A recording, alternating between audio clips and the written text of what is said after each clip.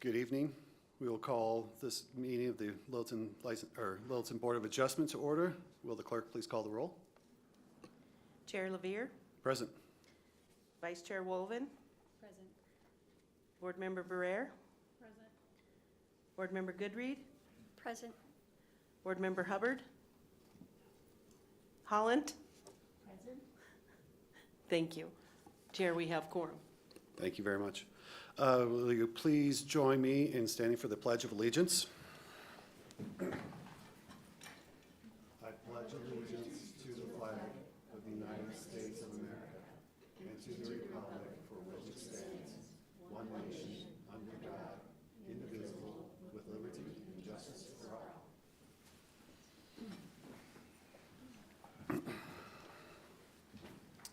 Thank you. The agenda is before us. Is there any changes? Do we have approval? Nothing to note? Okay. Minutes from the prior meeting. Can I get a motion to approve? Did everyone have a chance to review the minutes? I motion to approve. Motion. And second? I second that motion. Thank you. Who seconded?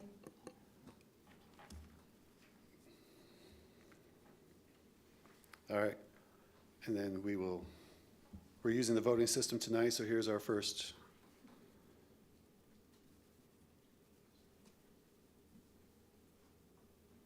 Taking a second to refresh.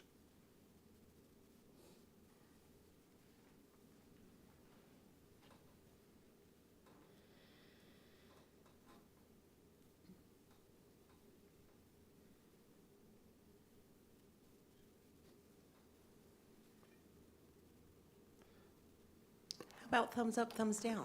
All right. Record your vote with a thumbs up. All in favor of approving the minutes from the prior meeting? 5 in favor, the motion carries unanimously. Thank you. Item number 5 on our agenda is public comments. If you'd like to address the board under public comment, please sign in at the public speaker sign-in sheet up front. That's being collected now. Each speaker will be limited to 3 minutes. The board is not authorized to take action on anything brought up during public comment, but we will consider and have council or staff take a look afterwards.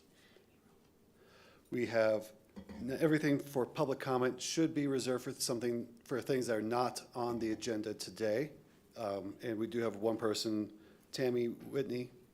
Is it related to what's on the agenda, or is this separate? It is related to what's on the agenda. Okay, we will have public comments at that time as well? At that time. Yeah. Great. Okay. All right. Is anyone else for public comment not related to what's on the agenda tonight? Seeing none. We will move on to item number 7, public hearing. Item 7 for tonight. Sorry. All right, BOA Resolution 012023, approving variance request for a corner setback for a proposed detached garage for a property located at 745 Front Range Road. First, we will hear from the city for a presentation on the matter. Good evening, Chair Levere. My name is Mike Sutherland. I'm the Deputy Director of Community Development, and it's my pleasure to introduce Todd Hager, Planner 2, who will present the case tonight. Excellent, thanks, Mike. I don't know if your microphone is on. There you go. All right, thank you, Mike. As mentioned, my name's Todd Hager. I'm a planner here with the City of Littleton, and tonight we will be hearing a variance case about a corner setback at 745 Front Range Road. So the consideration before you tonight is a request to allow a 3-foot corner setback to the north, where a 20-foot setback is required for a detached garage. The two images, the one on the left is zoomed in. You can see the proposed garage footprint, that rectangle, with the property line just to the north of that, and then Front Range Road above that. So the brief history that brought us here tonight is the applicant attended a preliminary application with planning staff on the 29th of December. And the discussion was for potential options moving forward for the applicant. And the applicant did indeed want to go towards the Board of Adjustment for a variance application, and that was officially applied for on the 17th of January. So here are some of the application details. The presentation I have for you tonight is going to focus more on the front, or the future right-of-way and the existing right-of-way, and then also the detached garage potential locations. So first off, we have the right-of-way, current and future. So the right-of-way width of 50 feet was a standard when the Mountain Range View subdivision was recorded back in 1953. The northern property line is approximately 17 feet from the edge of pavement for Front Range Road. The Front Range Road has a future ultimate right-of-way width of 60 feet, which will result in a future 5-foot right-of-way dedication along the subject property. Calculating for the requirement of a minimum of a 2-foot setback from the property line for maintenance per city code, an absolute minimum of 7 feet setback would be required per Public Works regulations. So the detached garage must also fall outside of the future 4-to-1 grading slope at the back of the ultimate sidewalk location. Should the board approve the variance and the Front Range Road right-of-way ever be widened, the city may need to condemn the proposed garage.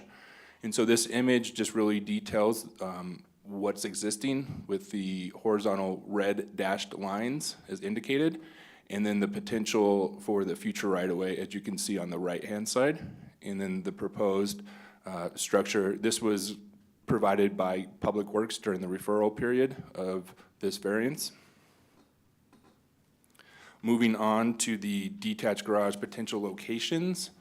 So the placement requirements for a detached garage are as follows. So if it's 5 feet or more to the rear of the principal building, it may be placed 5 feet from an interior side or a rear lot line, or greater if there's existing easements on the property. Furthermore, the setback of a corner lot for a detached garage shall be equal to the required side yard setback for the principal building. In this case is 20 feet, which is reflected in the request. The visual that you see demonstrates the entire subject property's potential detached garage location within a 43,893 square foot area, which is shaded in purple or light blue. This constitutes ample space for detached accessory structures, and no variances should be necessary. Here are two of the site photos that I provided. The one on the left kind of shows the relation to the proposed detached garage with the existing residential structure. The cone is a good indication of where that is going to be located, that corner. And then the second one on the right is kind of showing you the potential for the backyard side area for the location of a detached structure. So moving forward to the criteria section, there's 6 criteria for hardship. This is what staff analyzed during the referral period and is reflected in the staff report. So the size of the property being 2.14 acres and unremarkable topography provides plenty of viable buildable sites for the detached garage while still meeting all regulations for setbacks within the code. The hardship is not based on or resulting from any particular physical surroundings, shape, or topographical conditions of the subject property. The applicant states that they want to save a particular tree, but the garage could be placed such that the tree is preserved and required setbacks would be met. There is no hardship evident to staff. The presumed hardship is created by the owner. The parcel was, as mentioned previously, subdivided in 1953 and has not been amended or changed since then. The proposed detached garage could be located and all setbacks could meet the multiple areas within that 43,000 plus square foot area as shown on the previous slide. The variance request would confer on the applicant special privilege as the surrounding properties that do not have a detached structure within a corner setback. So with all that said, the recommendation of staff is that, the opinion is that the application fails all approval criteria that I just went over. Furthermore, staff is recommending denial of this case. And then moving on to my last slide, this is the Board of Adjustment action. Once again, this variance is to allow a 3-foot corner setback to the north where a 20-foot setback is required for a detached garage. You all have 4 options in front of you this evening. The first one being approval of draft resolution 01-2023. The second is approval with conditions. The third would be denial. And the fourth would be to continue to a date certain. And that will conclude my presentation. And as always, I'm here for any questions. Thank you very much, Todd. From the board, if you have any questions for the city planner for Todd right now, to clarify any of the presentation that he's just presented. I have a question. Microphone, please. Oh, excuse me. Todd, does it matter, according to the code, like what direction the doors are on the garage? Does that affect the setback at all? If the garage doors are facing the road or not facing the road, does that affect this? Yeah, great question. So it could potentially come into play if the garage was located facing the street. It would require, I believe, 18 feet of area. And so since this is oriented or proposed to be oriented towards the, I guess, to the west in this case, that regulation wouldn't be required, but it could potentially if the doors were oriented differently.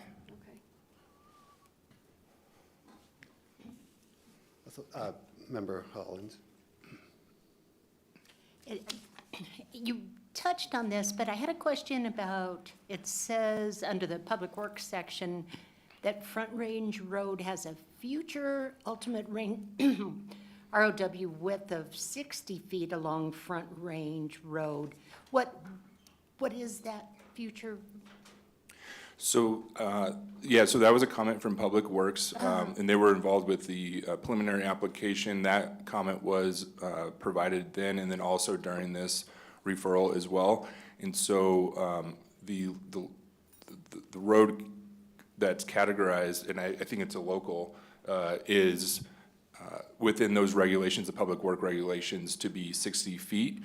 They do not have any current plans to widen it at this point in time, but that is within their regulations.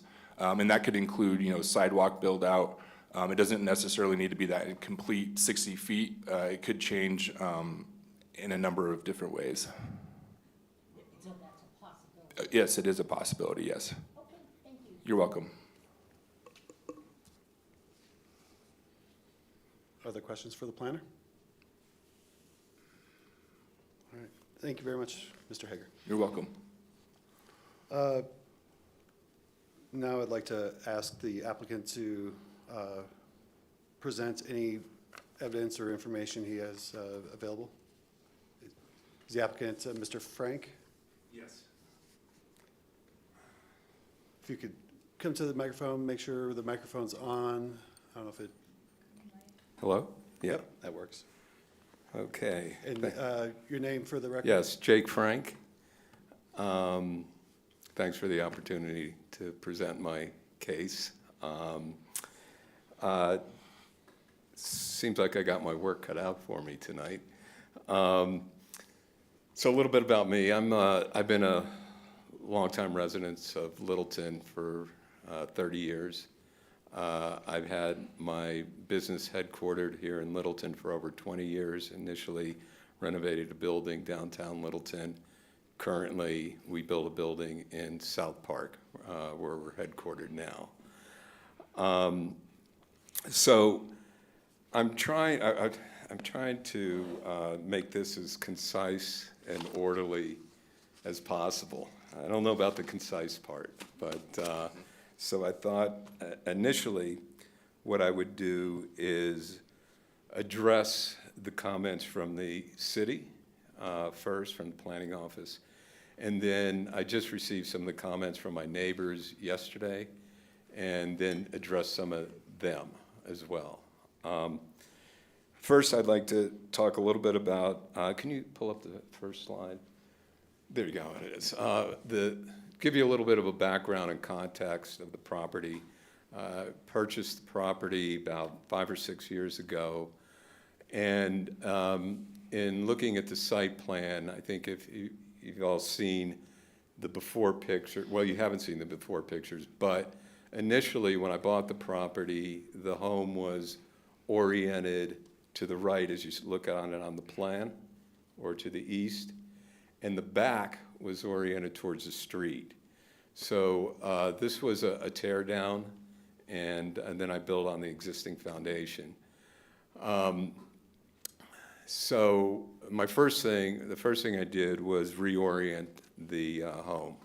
It didn't make much sense for me not to have the front of the building facing the road, so that's what I did.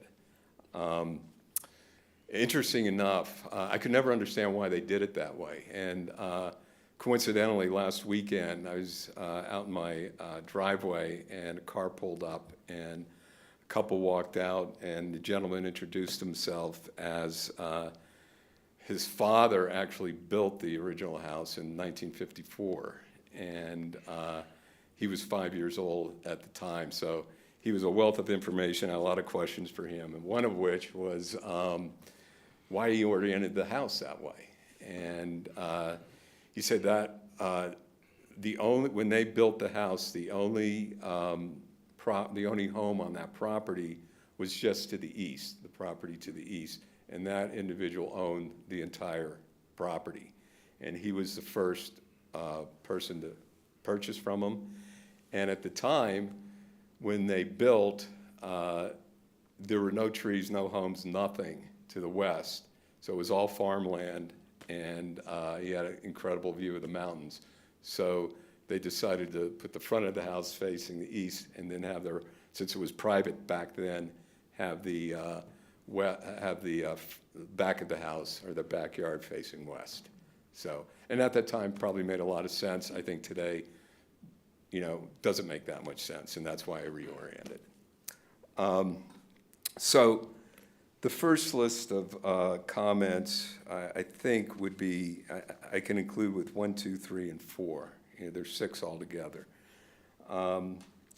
First one, I guess when you consider hardships, I guess planning's interpretation of hardships and homeowners' interpretation of hardships are a little bit different.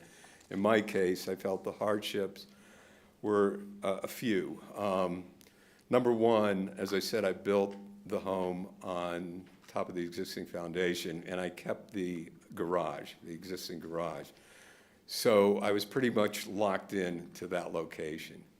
In addition, if you can see on the plan up there, there was a 70-year-old Scotch pine that was already there, very close proximity to the existing garage. So there's nothing I can do about that. They were given. Interesting, again, the gentleman that stopped by last weekend told me that he actually, I said I thought the pine was 70 years old. I was pretty close, because he said he planted it like 65 years ago, and it was like knee-high at the time. So the other one is, at this point, the property lines. You see, the property line on my property varies anywhere from, I thought it was 18 feet. Todd said it was 17, so I'll go by that. But it goes from 17 feet to where I want to put the proposed garage, really to as low as 5 feet from the property line on different parts of the property. So where I'm putting the garage now is, or where I want to put it, is essentially 3 feet off the property line, or it would be 22 feet from the edge of the road. Now, the first comment was, True, I have 2.3 acres, or is it 2.1, whatever it is, and, you know, which is a pretty good size. It's one of the larger lots there.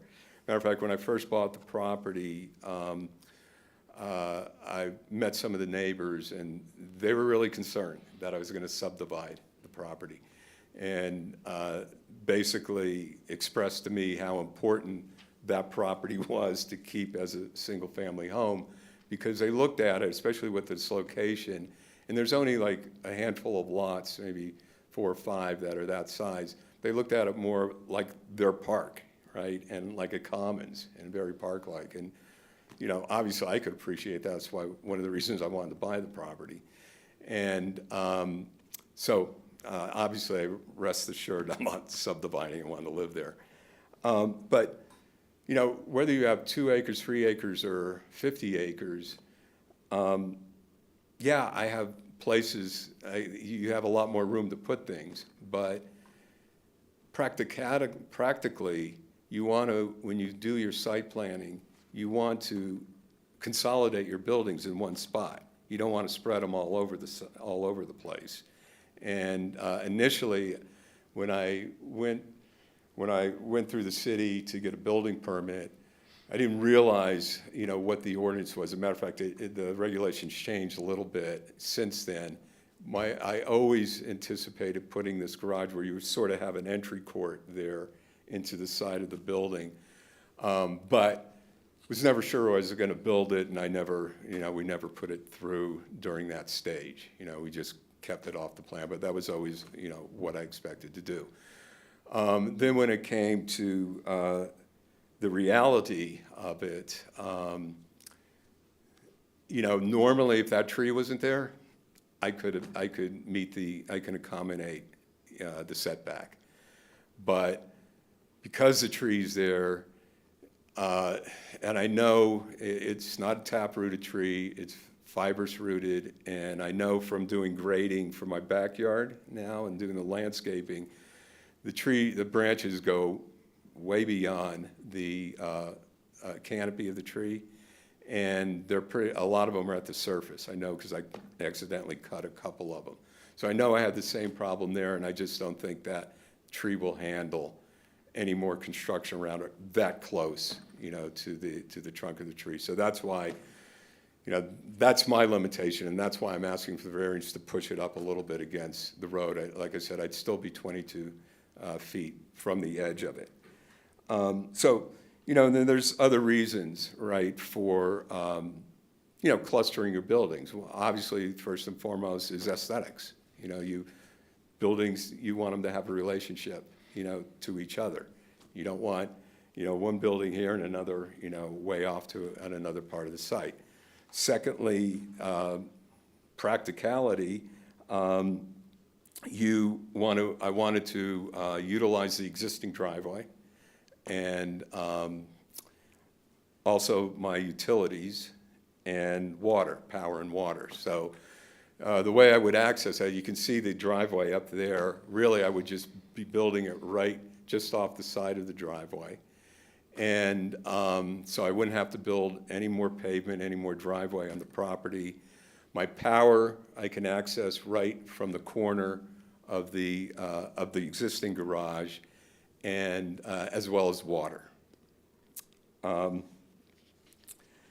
Okay, so some of the comments, so I just wanted to address that first, okay? So looking at some of I'd like to now address some of the comments from the neighborhood. One was that it would, by putting the garage there, it would impede on the sightline visibility from the corner, I'm assuming, of where you can see to the left. A couple things. Number one, the garage will be 200 feet from that corner, so the sightline is not an issue. Number two, I'm not changing anything because I'm not at the garage.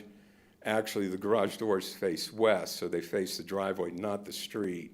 So I'm utilizing the existing garage, and I'm not having to build another driveway facing the road. nor would I be allowed to, because I'm not allowed to have any more, access points, to the road, according to code. So I don't really think that's an issue, because I'm really not changing anything from there. Secondly, there was a concern of creating shade on the, and ice on the walkway, on the sidewalk. You know what, excuse me, before I go any further, I did have a couple more slides, so if I can go through them, I'd appreciate it. Also with context, I just wanted to give you an idea, go ahead, Todd, of what the property looked like when I bought it. So that was the existing structure. Obviously, that was the back of the house at the time. Next. And then this was the front of the house at the time. Next slide. And now this is what the house looks like today. Really, like I said, we moved in last summer. Go ahead, Todd. And then that's the side of the existing garage, and then that's the rear of the building as well. That's the Scots Pine I'm talking about that I'm trying to save. Go ahead, Todd. Okay. So stay on that one. So the next comment was about the ice that forms on the north side, just to the left of this picture. There are, I don't know, maybe half a dozen or so junipers the owner also planted. But now they're very mature. They're over 7 feet or 30 feet tall, and they do create a problem, right? They do when at times during the winter, because the road is on the north side, they do cast shade. By putting the garage where I want to put it, it would not do the same thing. Number one, as I said, those trees are over 30 feet tall. They're 10 feet from the edge of the road. The garage that I'm proposing, and they mentioned it's a large garage, it's really not. It's a two-car garage, but it's only 10 feet tall, and it has a flat roof. It doesn't have a pitched roof. And that would be, as I said, 22 feet from the road. So there's no way that would cast any shadows, on that part of the drive, okay? And to give you a little bit of scale on that, so you can see where the cone is. That represents would be the northwest corner of the garage, and then it goes back away from the road as it goes to the rear of the garage. But the existing garage, as far as scale, the garage itself, I would obviously build the same style, exact same style, and to be compatible, with the home. And it would be, as I said, 10 feet tall. The existing garage is 15 feet tall. So it would only be about 2/3 of the height of that. So as far as the massing and the scale of the existing structures, I really think it's very harmonious with that. Let's see.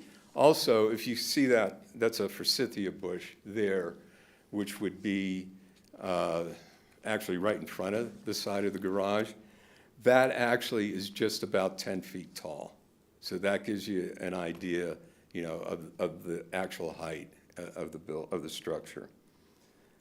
Let's see.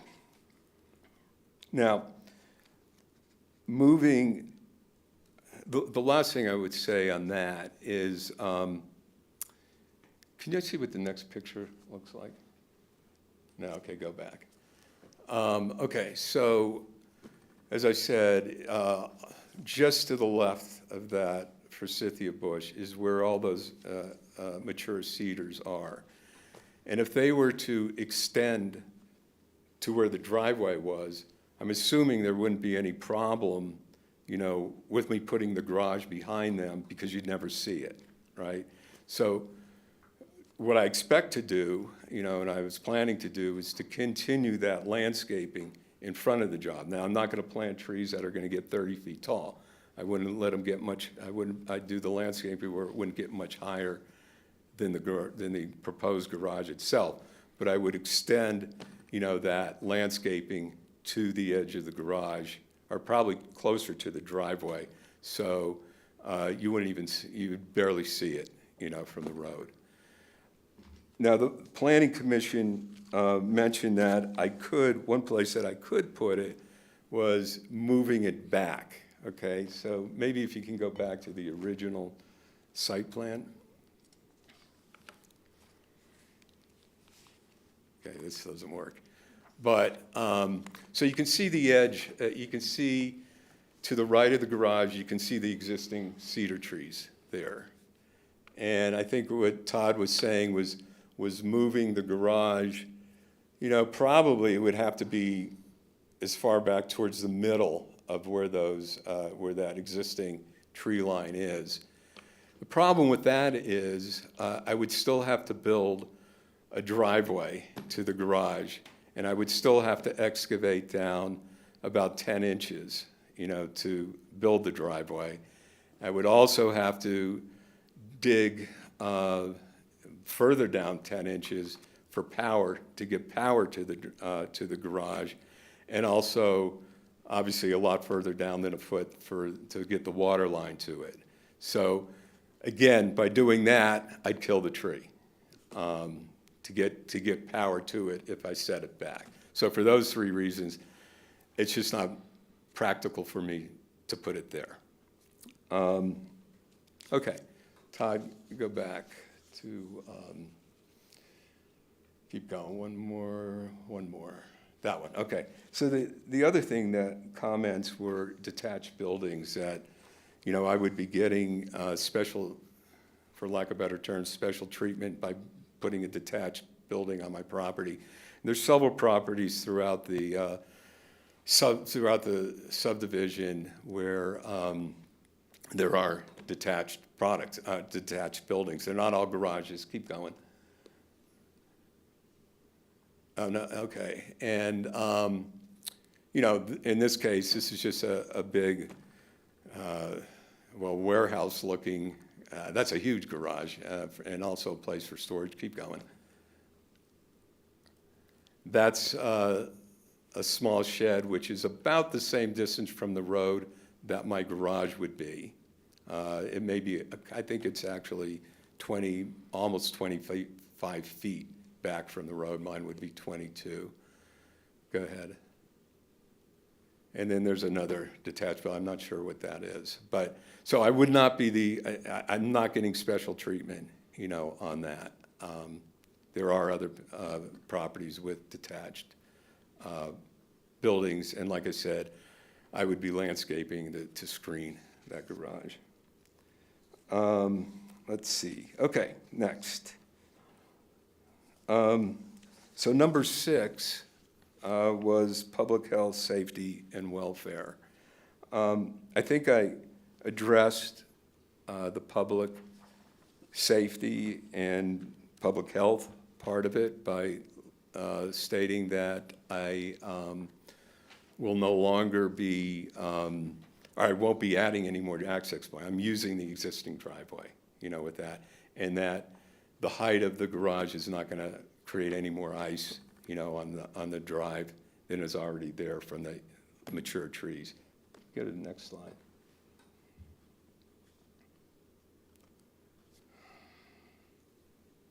And, okay, and then as I said, again, there's that forsythia bush, which is about 10 feet, which would be the height of the garage. And again, it's going to be the same style as a house.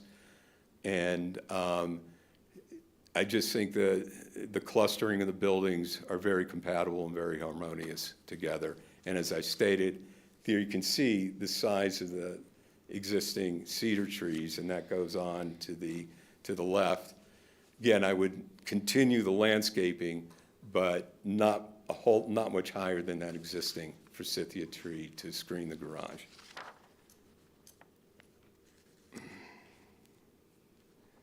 Okay, so I think you can go to the next slide. I think the next thing, and very legitimate point is, let's see, let me just read a couple of comments. Yeah, so, and there were a couple comments to this. It would set a precedent. Okay, I'm not sure it would set a precedent. I mean, that's the purpose of variances. You know, it's to, for whatever reasons, to not necessarily set a precedent, but for whatever hardships or whatever reasons you have, you know, to be able to move in this case, move a structure a little bit further, you know, towards the road.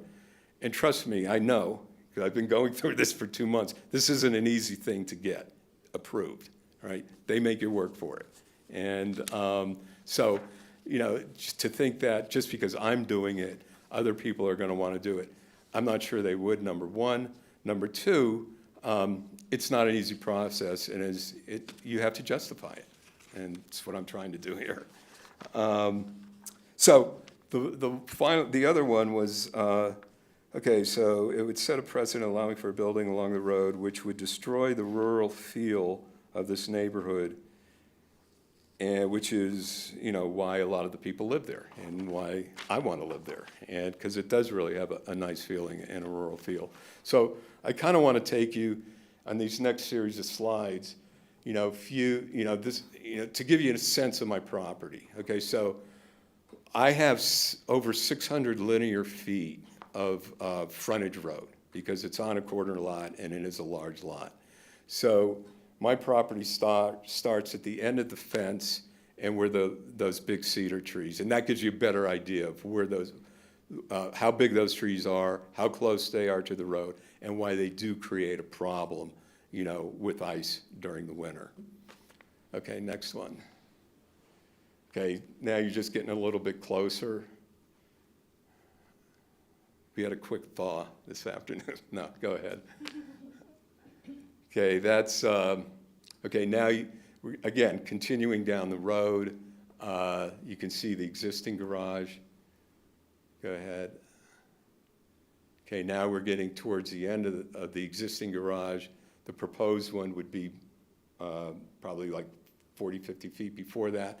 And you can see off in the distance the intersection that some of the comments of some of the neighbors addressed.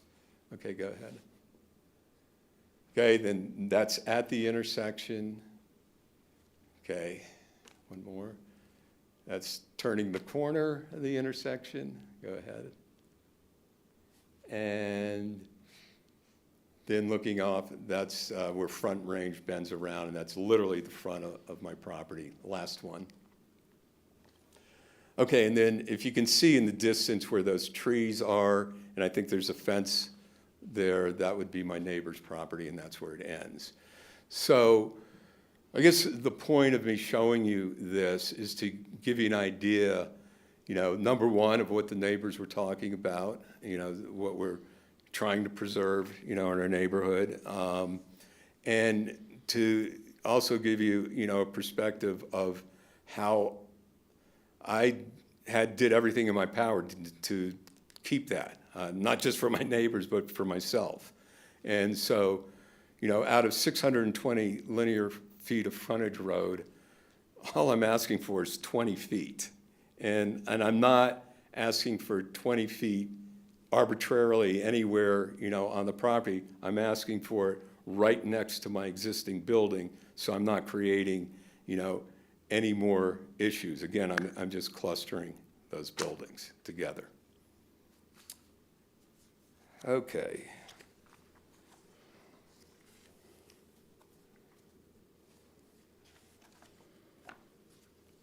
Okay, so the last thing I wanted to talk about was the proposed right-of-way. So the question that I have for planning, how realistic is that? So we have no budget or current plan to expand that roadway in the foreseeable future. Council did approve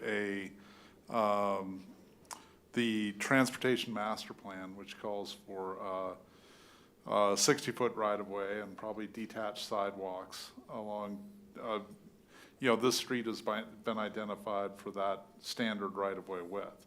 So, the future's a long time, so, Right. we don't know exactly when that might happen or if that might happen. Okay, so I've talked to several of my neighbors about that. And I only talked to a handful, there's 50 residents there. And in particular, the ones closer to, like my neighbors, but it doesn't matter. I was just curious. I know I wouldn't want to see that happen.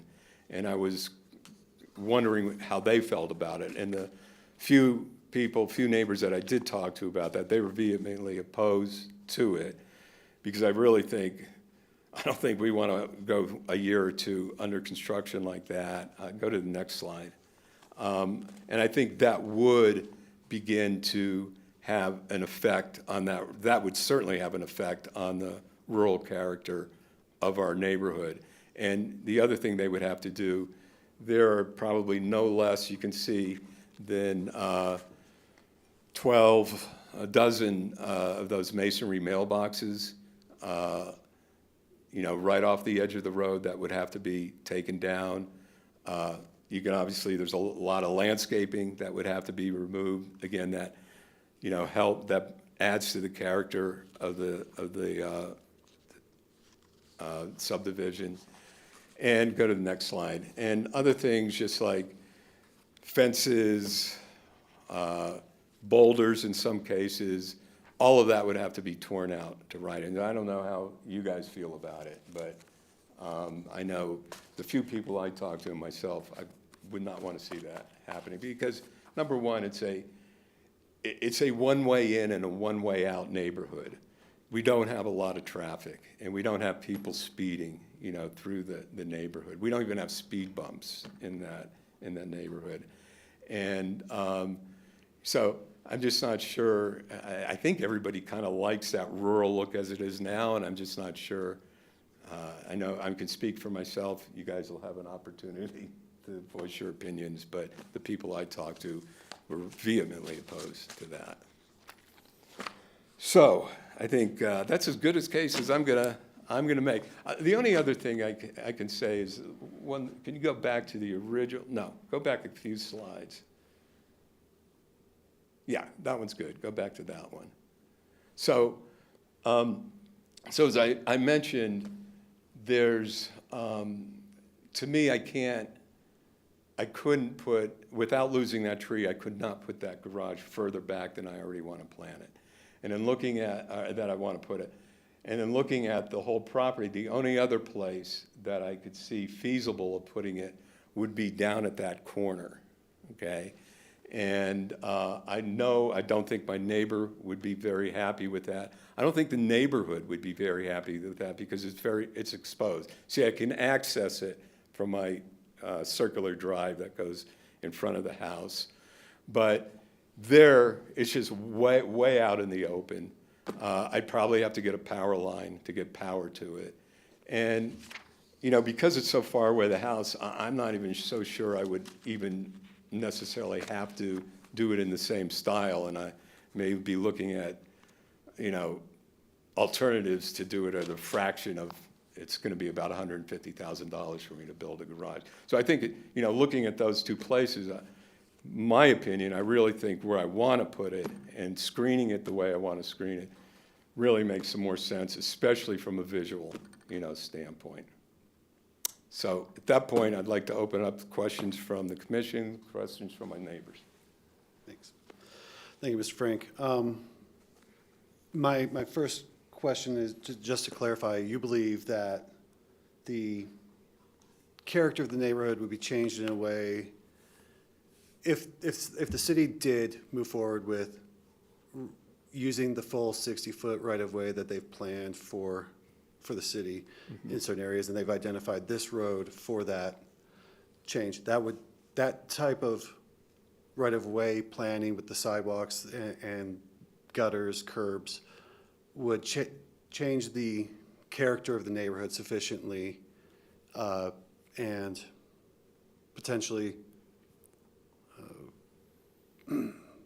open the, with the loss of the character of the neighborhood, would open the, what do I want to call it? The neighborhood more to the possibility of future development that might subdivide and change. No, I wouldn't say that, because, again, what my point to that is, I really don't see any reason to widen the road, because there's no more properties, there's no more properties to be built on. You know, it's been like that for decades. I'm a newcomer, I don't know, maybe people complained about it, wanted it widened, but since there'll be no more residents there, I don't see what the purpose of. But from the comments that I got from my neighbors, and they're really passionate about it, as I am, to keep some of the adjectives they used was country, rural, pastoral look to the neighborhood, and not look like just another subdivision. I think, you know, doing that, it would take away from that country and rural look. I also think that, as I pointed out, I just showed you a couple examples, but boy, you'd have to tear up a lot of landscaping and mailboxes and fences and stuff like that, you know, people spend a lot of money to do. And I can't speak for everybody, I could just speak for the few I talk to myself, that I just don't think that's practical. And I just think, yes, I think it would take away from the character that is there now. Give opportunities for other questions for the applicant from the board members.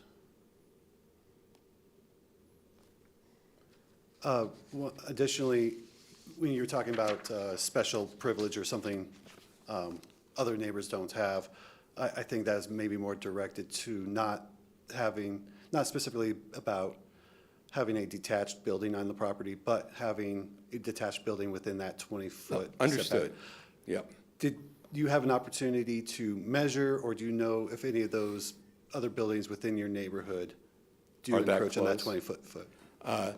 The only one was that shed-like one that I showed you.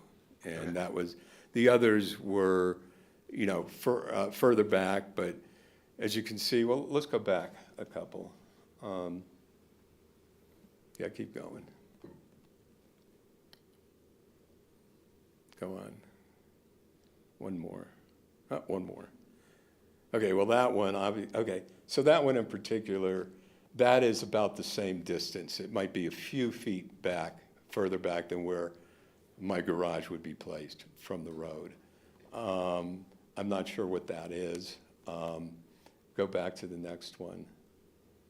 That is obviously further back, but boy, it has a hell of a lot more impact than, you know, my little garage with landscaping in front of it would have. And then the next one. Yeah, and then those are just, and go back to the next one. And those are, that one's a little closer, that one's way back. But again, the nice thing about those garages, they would do the same thing I'm doing and keeping them with the same style of the home.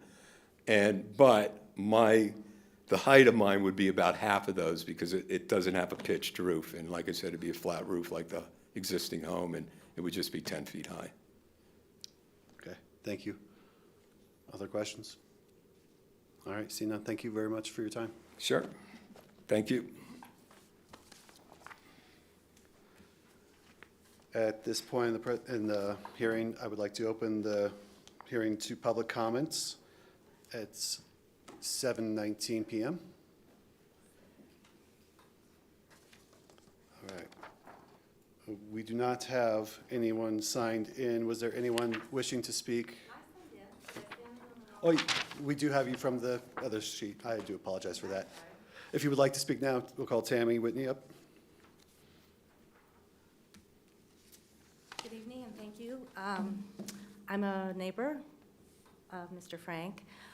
Just a couple things. I appreciate that he brought all of his pictures down, and I'd actually like you guys to put a couple of them back up, if you don't mind, so I can talk about the points of the neighborhood that I'm concerned about. And can you make sure you use the microphone? Okay. Keep going. Keep going, back, back, back. So I agree, some of these structures aren't beautiful, and I think that is of concern. Back, please. Keep going. To his property, actually, this is the perfect structure. So my curiosity is, one, he talked to the neighbors about the sidewalks of the neighborhood, but you never talked to the neighbors about putting a garage in. And talked to a couple of Can we please avoid the Okay, back I'm and forth? sorry. Just address us. Okay, so he didn't talk to the neighbors. If he talked to a couple of them, it's really interesting because I know the neighbors in the area, and not one of them knew this was coming up. And our concern is that it would change the rural feel because it would be right on the road. Now, right on the road, in his opinion, and right on the road, on my opinion, are obviously two different things.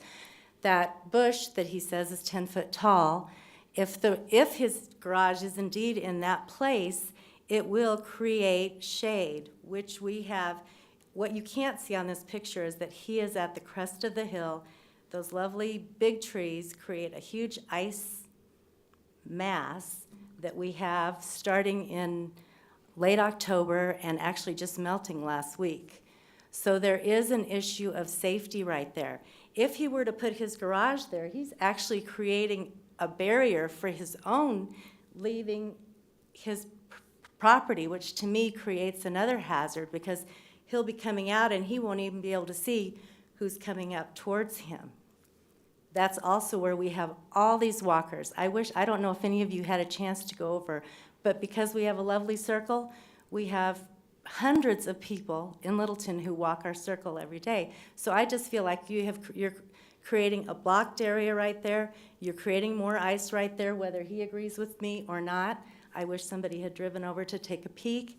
And I think for those reasons, if it needs to go, he needs to pony up and push it down behind the trees where it isn't visible and it's not going to create more shade or just a place where you can't see out. Thank you. Anything else? Could I respond to that? Yeah, you'll have an opportunity at the end. I see another person who would like to speak. When you come up, please use the microphone and please identify yourself and state your address still. Linda Bartolotta, 930 Front Range Road. And I think the only thing in addition that I'd like to state is we don't have any significant covenants or a homeowners sort of group in our area. And I think we all understand that we all get to do on our property what we want. And whether or not I have a shed or we have a shed that is unattractive to somebody else, and we probably do, frankly, or some of those larger buildings that have been built recently that aren't the most attractive, that's one of the reasons we live there, is because it's very diverse. We all kind of get to do what we want. I think, Jake, you get to do what you want. However, the variant, and more power to you, and that's fair. But to request a variance is different. We all do these amendments to our properties in accordance to our understanding of what's allowed. And to, at least what I heard, to say that it's because what looks best to the homeowner is the main reason for requesting a variance. To this degree, it seems a little out of order to me. Thank you. Others? You may come up and, or no, there's someone behind you. 1 second, sorry. If you could use the microphone, state your name and address. Mike Pisano, 840 Front Range Road. Thank you. Very briefly, a 22-foot setback for the building from the road is not a very big setback in our neighborhood. The average setback is more than 60 feet. The next door neighbor to this property, the setback is 180 feet. And that is the character of this neighborhood. That's essentially all I have to say. Thank you. Any others for comment? Mr. Frank, your rebuttal?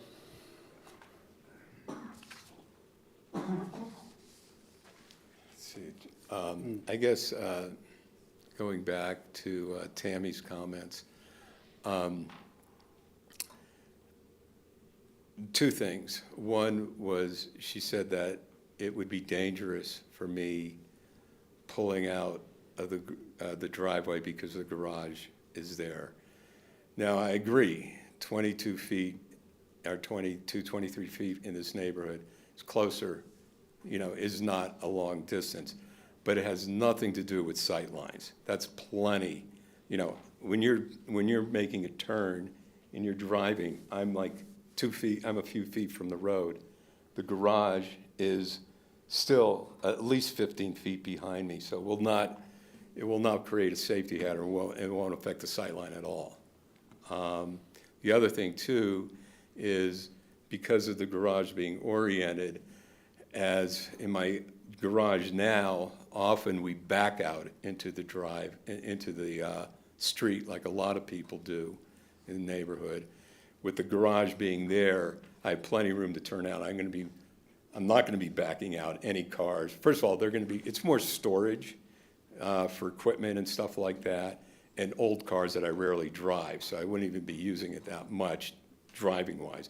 But when I did, I would be driving front first, so there's a safety problem. It's actually better than my existing, garage.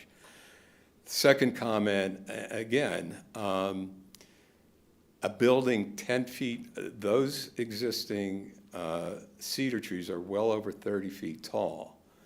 The ice patch that they create on the road, I wish I had a picture of it, extends out into the road maybe 4 or 5 feet. Is that right? How long would you say?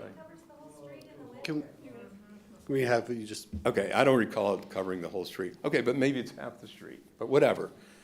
Again, they're over 30 feet tall, and they're 10 feet from the road. The garage is a third of that height at 10 feet, and it's over twice the distance from the edge of the road. It's not going to cast shade on, it's far enough back and it's short enough, for lack of better terms, that's not going to be an issue with that. So, thank you. At this time, having gone through the public speaking roster, the public hearing is closed at 6:28. 7:28. It's trick clock.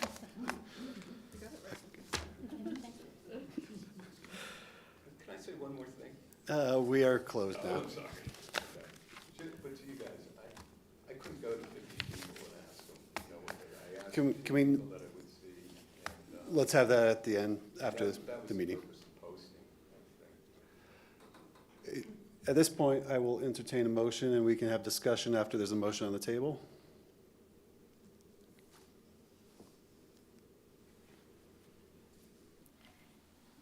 At this point, I don't feel that the criteria has been met to get a motion on the floor, but I'd like to get a motion on the floor for discussion, so I do move to approve Resolution 01-2023. Is there a second?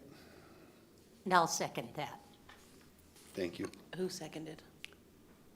Ms. Holland. Thank you. All right, we have a motion and a second to approve the plan. As I understand, we will only vote once. If it's approved, it will be approved. If it's not approved, that'll be the end. There will not be additional voting. But let's start with some discussion on what we're thinking.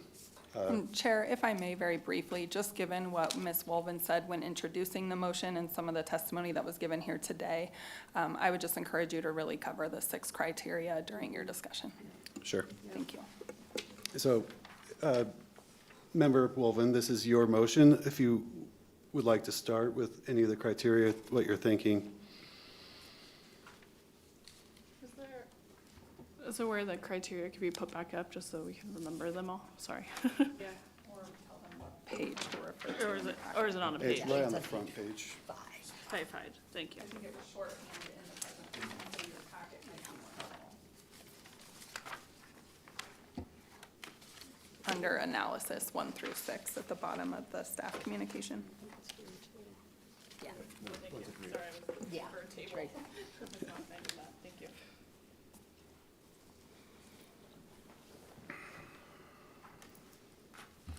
Strict application of the provisions of the code would not impose an undue hardship on the applicants and would not deprive the applicant of rights commonly enjoyed by other residents of the district. That's staff analysis number 1. And I would tend to agree, given the size of the property, where I think this kind of comes down, myself, where I'm thinking about it, I am sympathetic to the physical constraints related to this particular tree. I know trees aren't forever, though, and that's unfortunate, but if I'm leaning anywhere, number 2 isn't the strongest point for the analysis. Keeping in mind that of these 6 criteria, all 6 have to be met to grant the approval.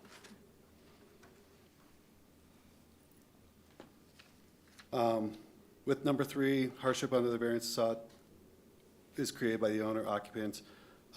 With that we generally see that when we're doing a postmortem type variance, when someone bought a house and the bathroom was remodeled. However, it still remains that there is no hardship if there is no development. So developing this garage in this place, the owner is the impetus for the creation of this hardship. So that one, I feel is present. Number 4, the variance request is not the minimum necessary. They'll make the possibly permitted use of the land, building and structure. I agree with the staff on that one as well.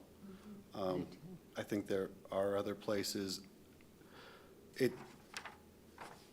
It can go further. It can come in from a different easement.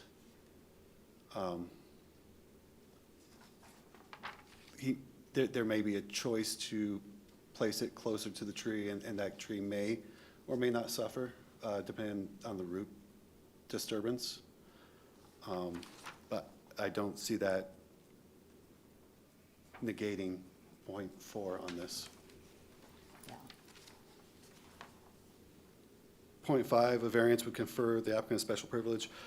Putting this in the right-of-way is a special privilege that other owners in the area don't have, or it would have to come here for a variance as well, setting further precedent in the future where no precedent is really present at this point in time.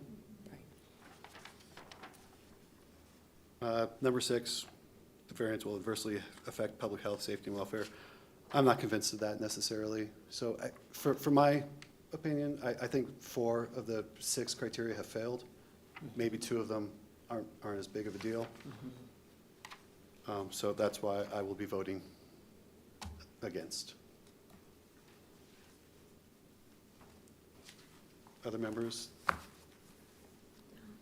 I appreciate the presentation that Mr. Frank gave, and I appreciate the additional photos that you provided. It helped to see different aspects of the request, but I agree with staff that I think the majority of the criteria have not been met for getting the variance.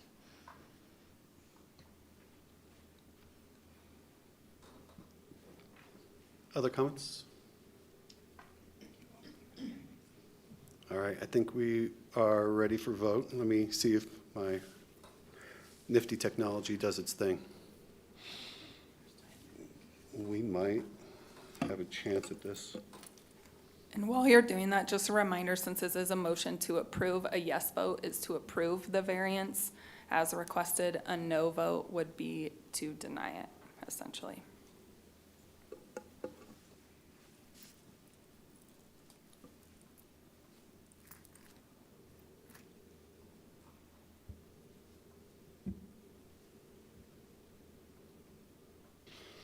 Okay, I think we are ready to vote. Let me get this open. We are now open. On your screens, you should have a way to vote yes or no, for or against. I believe all are in, with 5 voting against. The vote is 0 to 5. The motion fails. We accept that. All right, I am sorry for the unfortunate result for you. However, I think there will be ways forward for development. I wish you luck with the city moving forward. Yeah, thank you for your consideration. As I said, I knew I had my work cut out for me, so at least I have my day for it. Thank you for your time and presentation. Yeah, thank you. Thanks, guys. All right. Item number 8, community comments and reports. Anything from staff on future meetings or things to talk about, discuss? Yes, we do have a meeting scheduled for April 20th. The only item on the agenda, I believe, is the board and commission training, and then the selection of a new chair and vice chair. And for the I want coming to term. clarify that a little bit. Michael doesn't know Yes. this yet, but we're still trying to work through the training. We have, I think, 4 new members total across all of our quasi judicial boards, and the training is the same. So you guys, some of you have already gotten it 2 years in a row. So we're trying to figure out what that looks like instead of bringing everyone in for the exact same thing again. But we will fashion what that looks like and reach out. Regardless, April, you will have a meeting to appoint chair and vice chair. Any changes to our board? Nope. Although if anyone else wants to be chair, you are more than You're welcome. doing a fine job. You're doing an excellent job. Deputy City Honestly, Clerk, any just news and reports from you? Just that, we will have a meeting to elect a new chair and vice chair. So, be thinking about it. All right, well, thank you. With that, we are adjourned at 7:38. Thank you.